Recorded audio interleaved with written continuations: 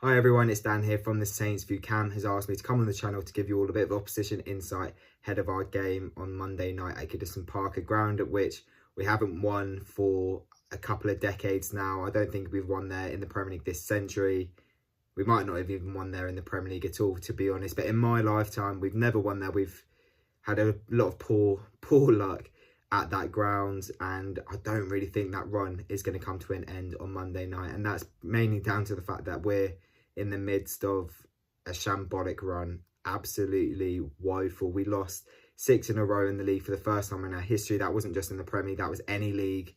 And we've backed that up with another defeat and a draw since then. So 7 defeats in 8 games. It's not been pretty at all. We've gone from 6th down to 14th. You know, a season that looked like we could potentially knock on the door of a European place, or at least the top half, is now kind of looking like maybe we'll scrape a top half finish if we pull our fingers out very, very soon and pick up wins.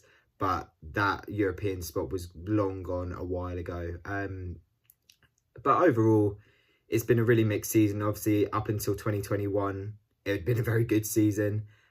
We did a little bit of a dip over Christmas, but overall, you know, we got ourselves a handful of wins. We were unbeaten for a while. We obviously beat you guys, put an end to your unbeaten start to the season. That was a big result for us. Got ourselves to the top of the league for a couple of days, which was a massive deal for the football club.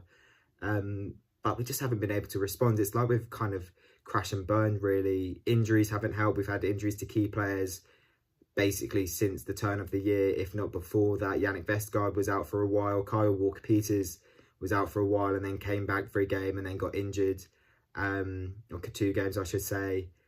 Danny Ings has had his fair share of difficulties with injury and COVID. It's not been pretty. It's definitely not been pretty over the last 2 months. And like I said, injuries has been a big factor. We've been on the end of, or the wrong end, I should say, of some ridiculous VAR and on-field refereeing decisions.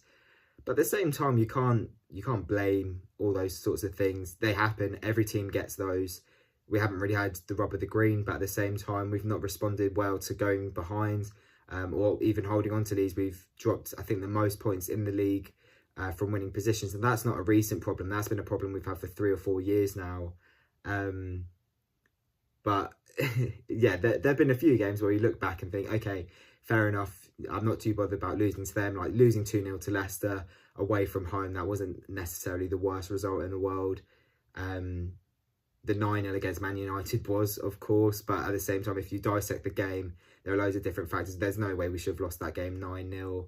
It was just one of those freak results where we went down to 10 men after, I think it was 79 seconds, went down to 9 men in the second half for a poor decision from Mike Dean, got a goal disallowed for, you know, a fingernail being offside, loads of different things. But at the end of the day, it wasn't like the Leicester one, which I think a lot of people have compared because obviously it's the same scoreline. But there have been other games in there where we've just not turned up and have been absolutely woeful. I think the Newcastle game is probably the one that that frustrated me the most. The sense that Newcastle, bad run of form.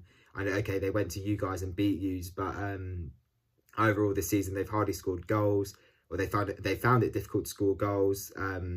They've just been lacked any sort of inspiration really going forward and at the back, and we conceded 3 goals in one half.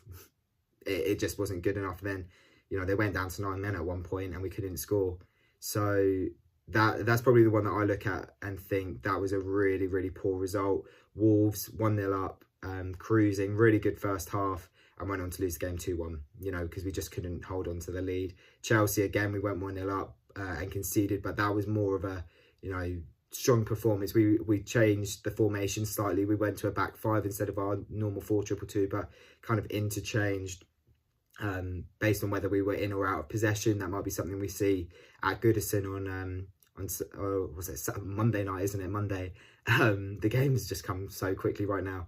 Leeds, our most recent game, good half again in the first half, probably could have gone in 1 or 2-0 up, conceded an early goal second half and completely crumbled. No mentality in this side whatsoever. So we could either see a Saints side that do show up on Monday night, give you guys a good run for your money in the first half, maybe take the lead into the first into half time, or it could be 0-0, and you know, after that you think, okay, Saints have battled, they've look good, maybe they could nick a goal in the second half and win it. Or it could be the Saints that start poorly, and then give themselves a mountain to climb. A Saints side that, again, have an all right first half and then struggle to build on that in the second and go on to lose the game. There are so many different scenarios for this one. We've been a real Jekyll and Hyde side for the last couple of months. But overall, I'm not confident. I'm not confident in this game. I think for me, if we're going to be looking to put an end to the run that we've had, it's going to have to be Sheffield United after you guys, because we've got them. We've got Brighton to come as well. They're the sort of games that we're looking at and thinking we might need to win those. But, stranger things have happened this season than us getting 3 points at Goodison Park. Key players, I would obviously say Danny Ings. He's the main man in terms of goals. Loves a goal against Everton. He's had an okay season. I wouldn't say he's had a great season. It's definitely been nowhere near the level that he reached last year. Injuries haven't helped, COVID hasn't helped, and contract talks haven't helped. He's obviously got stuff going off the pitch, behind the scenes, that we don't know about. Whether that's him saying he wants to leave, whether that's him refusing to sign a contract, we don't know. But I definitely think it's affecting his playing performances on the pitch. Takumi Minamino, another Liverpool player, or ex-Liverpool. Well, he's still a Liverpool player, isn't he? He's on loan. I've loved him. I've loved him in the few games that he's played. 2 goals in 4 games in the Premier League. He's already matched Redmond and Djenepo's combined goal tally for the season in hardly any games. And I always admit that he wasn't a player I was necessarily keen about when we were linked with him. We needed a fullback, and instead we went for a winger, probably the area where we've got the most options. But in fairness to him, he's added a different dimension to our attacking play. He's been a bit more creative than the likes of Redmond or Djenepo or even Walcott. Obviously, you guys know a lot about him. He's injured, by the way, and obviously he wouldn't have been able to play anyway. He's ineligible. So yeah, I'd be looking out for him.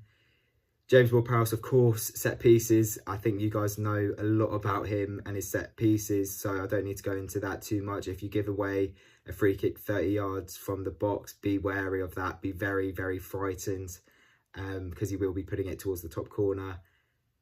And then in terms of the defence, I'll be saying Yannick Vestergaard. He's had a mixed return to the team. A few games where he's looked a bit dodgy, but then it's been very clear since he's come back in, what sort of impact he has on this side, his presence. He makes us a better team going forward, in fairness, with his long balls. So I'll be looking out for him. Obviously, he's a monster. So from set pieces, deliveries into the box, he'll probably reach them. And then, yeah, I think that's probably about it. We've got Kyle Walker-Peters out, which has been a massive blow. I'll be saying exploit the right-hand side, because we've got a makeshift right back there at the moment in Jan Bednarek. He played right back for the first time ever in a Saints shirt at Leeds, and it didn't really go to plan, unsurprisingly, really. So, yeah, I'll be looking at that right-hand side. We might have Kane Ramsey come in there. I doubt it after his performance against Man United. I think Ralph will probably keep Jan Bednarek there, to be honest. So yeah, it's been a difficult time at the moment, and I'm devoid of any confidence going into any football match really for Saints, unless it's in the FA Cup. So obviously I want to come on the channel and big up Saints and predict a win for us, or a draw. And I can see us getting a draw from it. I don't see us winning it at all. I don't see how we're going to get anything from this game, in all honesty. I think you guys have had a big result at Anfield on the weekend last week, and you're going to want to build from that. I'd expect you to build from that. So I'm going to go 3-1 Everton. Unfortunately, I'm sure you guys will be delighted to hear that, but I've got no confidence. Maybe, the fact that I'm being negative will turn and the universe will reward us with a win. Who knows? It's been a weird season. But yeah, right now I've got no confidence. But thank you so much for having me. You can check us out on the Saints View. I'm sure Cam will be kind enough to leave the link in his description. And yeah, may the best team win. Take it easy, guys.